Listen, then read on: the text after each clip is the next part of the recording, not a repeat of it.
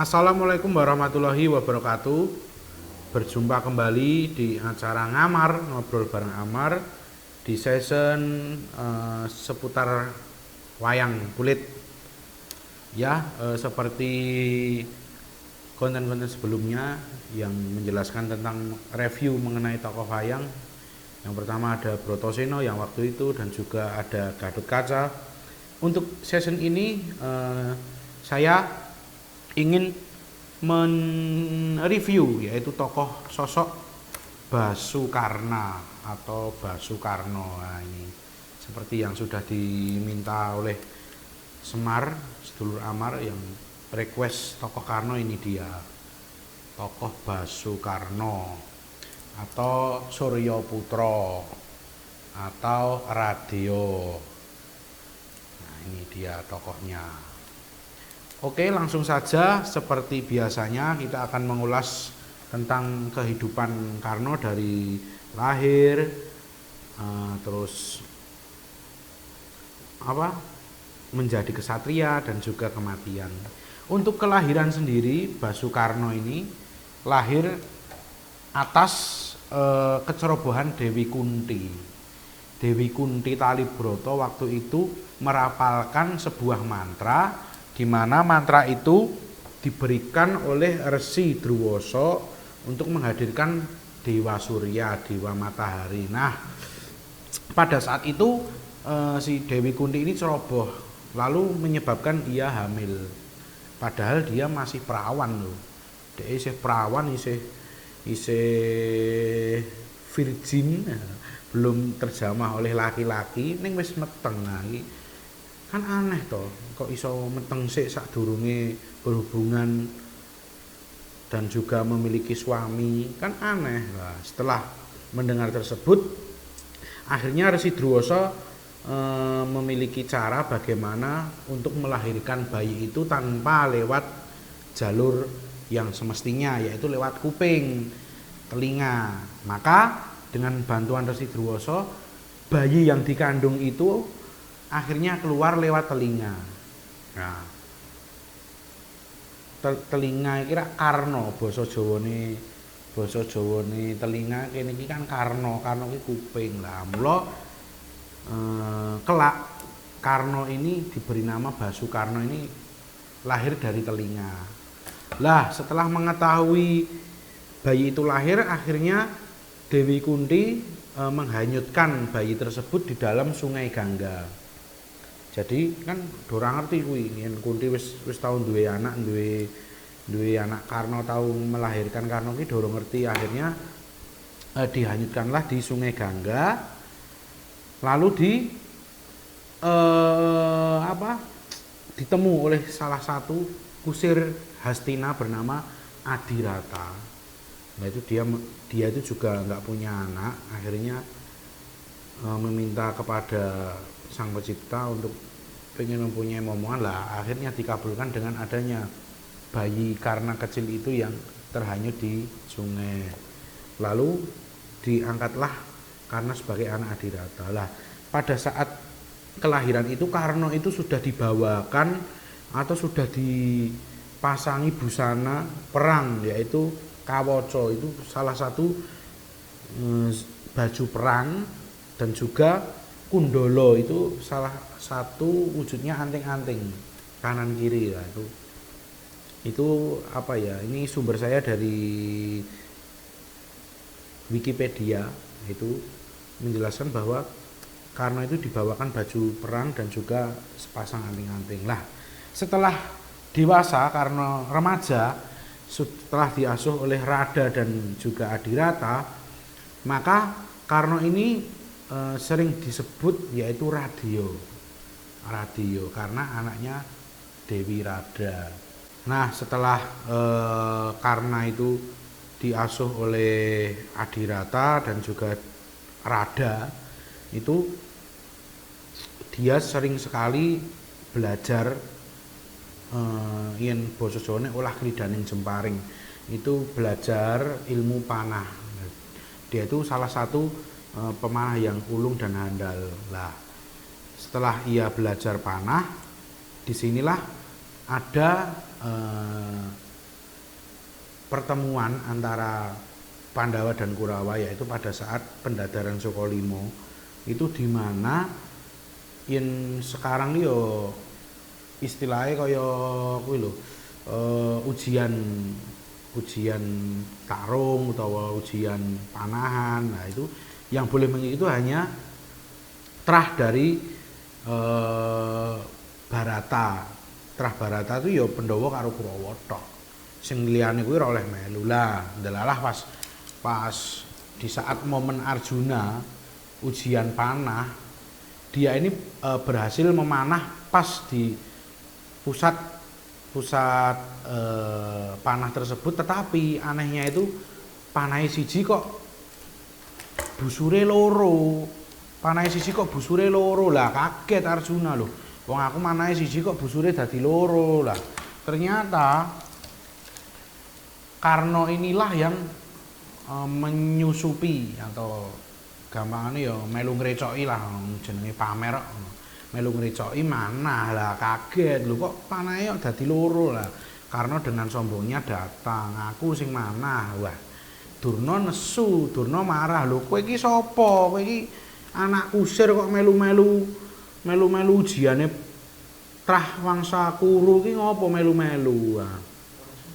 Bar kuwi dengan apa? Dengan kesakit hatiannya karena kan ya dia merasa lemah. Merasa dia udah trah sapa-sapa, tetapi dia di satu sisi memiliki keunggulan yang sangat baik. Lah Kurawa ngerti si Duryudana wis gandeng, istilahnya kowe kok gur mempermasalahkan tentang martabat Karna utawa Radya iki wis tak angkate dadi saudara tertua Kurawa. Lah akhirnya Karna ini diangkat menjadi seorang adipati. Lah ini awal mula Karna diangkat martabatnya menjadi sosok yang disegani ya. Ia lalu diangkat sebagai saudara tertua Kurawa atau Duryudana, lalu diberikan tempat atau wilayah yaitu di Ngawangga atau Awangga. Nah, itu milik Karna. Nah, setelah itu berlanjutlah pada saat lakon laire Gatotkaca ya. Waktu kemarin sudah saya cuplikan sedikit mengenai Bathara Narada salah memberikan pusaka yang harusnya kepada Arjuna lalu diberikan kepada Karna. Lah ya piye wong nyatane kalau bisa dilihat Karna dan Arjuna ini ya 11-12 loh wajahnya loh. Hanya beda kalau Karna ada jamang dan kalung ulure, kalau Arjuna ini kalungnya kalung biasa. Nah, tapi piye wong padha lho jeneng. Lah itu tadi manipulasi dari Bathara Surya agar Karna ini mendapatkan pusaka. Akhirnya diberikanlah Kuntawijaya Danu. Nah, ini dari Bathara Narada, Kuntawijaya Danu yang kelak untuk membunuh Gatotkaca. Nah, ya piye ora iso disalahke, ora iso diperdebatkan wong ya padha. Secara yen wong nonton sekelibatan atau sebatas melihat ya tetep padha wujute. Nah, karena katane Karna dan Arjuna itu 11-12 kalau di cerita pewayangan itu ya mirip banget. Nah, lalu setelah diangkat adipati tadi kan Karna menjadi ini, awakane kaya ngene, bertransformasi dari yang tadinya seperti ini menjadi seperti ini. Ini Karna yang sudah menjadi adipati. Nah, lalu itu tadi mengenai Karna mendapatkan pusaka Kuntawijaya Danu. Lah, untuk pernikahan Karna sendiri menikah dengan anak dari Prabu Salya yang bernama Dewi Surtikanti. Nah itu guys, kalau pernikahan mungkin saya nggak begitu mendalam ya karena bukan pokok bahasan ya. Lalu ini menjelang Bratayuda. menjelang Bratayuda itu pada saat lakon Kresna Duta, disitulah saat-saat Karna ini mengetahui bahwa ia adalah anak Dewi Kunti. Karna adalah anak Dewi Kunti ya di saat Kresna Duta itulah di mana Dewi Kunti itu menceritakan secara gamblang, secara terang bahwa sebetulnya kamu itu anak saya. Lah kaget Karna loh. Ternyata aku ki yo tunggale Pandhawa to. Ning gandeng sesuk wis Bratayuda, mosok dhek arep membelot melu Pandhawa. Lah, di manakah jiwa seorang satria? Lah di sinilah Karna ini memiliki jiwa kesatria yang sangat menjunjung tinggi sekali. Karena apa? Dia sudah sumpah setia bahwa ia akan selalu mengikuti dan menjalankan apa yang diperintahkan oleh Prabu Duryudana atau pihak Kurawa.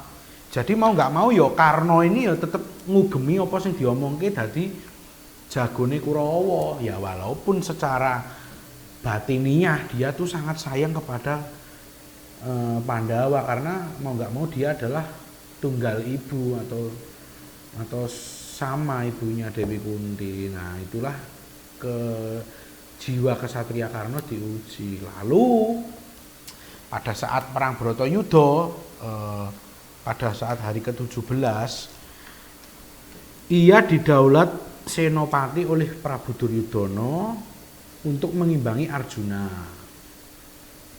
Setelah itu Karna sanggup, tetapi dengan satu syarat bahwa saya mau maju kalau yang mengusir ayah mertua saya Salya. Yo ora dadi ngopo, akhirnya berangkatlah ke medan perang Kurusetra. Jadi ceritanya Karna vs Arjuna, di mana Karna yang mengusir Salya, Arjuna yang mengusir Kresna. Nah, setelah terjadi pertikaian perang yang pada saat itu ada momen di mana bane Karna ki jeblong ning nggon lumpur. Ban keretane Karna itu jeblong di dalam lumpur, masuk ke dalam lumpur tertimbun. Nah, Karna ki mudhun saka kreta, turun dari kreta itu sire ki arep benake arep ngangkat iki lho. Lah, ndelalah wong ya jenenge perang ki ya nganggo strategi, nganggo pukil sithik. Kresna mengingatkan Arjuna kae lho, Karna kae lagi lengah. Ndang dipanah Arjuna, ndang dipateni. Nah, tapi Arjuna kan juga dia enggak semata-mata terus langsung memanah membunuh. Dia juga menghitungkan bagaimana perang, tapi dia tetap nggak mau Kanda tidak mau, saya harus fire, nggak mau saya. Akhirnya diingatkan lagi oleh Krishna, loh kamu tuh apa nggak inget toh bahwa Karna itu yang membunuh Abimanyu itu anakmu. Lah disitulah siapa Arjuna bergejolak, wah ini iya ini waktunya aku membalaskan kematian anakku Abimanyu. Nah, di saat di saat Arjuna mementang Gendewa, Karna itu sedang membenarkan roda, dipanahlah hingga menyebabkan kematian Karna, dan busur ini melesat kepada leher Karna tetapi tidak putus ya, hanya melesat dan menyebabkan kematian Karna.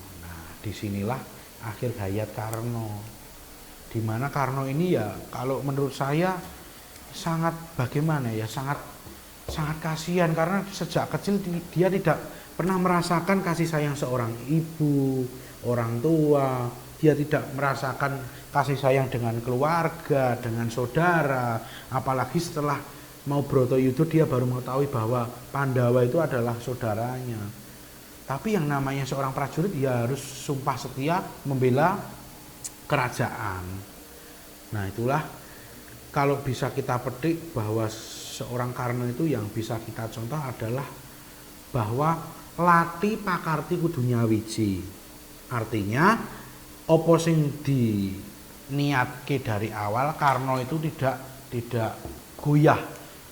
Walaupun Kurawa itu pihak yang salah, walaupun dia adalah seorang saudara Pandawa, tetapi dia tetap menepati apa yang menjadi janji atau yang sudah diucapkan. Nah, Mungkin dari konten ini kurang lebihnya saya mengucapkan terima kasih banyak dan juga mohon maaf sekali bahwa kalau penjelasan saya kurang rinci atau kurang bagaimana ya karena saya niatnya ingin mereview yang simpel-simpel atau yang bisa dipahami. Nah ini tadi perjalanan seorang Karno dari lahir hingga ajal atau kematian. Oke, terima kasih, sampai bertemu lagi di konten berikutnya dan membahas mengenai tokoh-tokoh wayang. Sampai jumpa, tetap stay di YouTube Amar Pradopo. Assalamualaikum warahmatullahi wabarakatuh.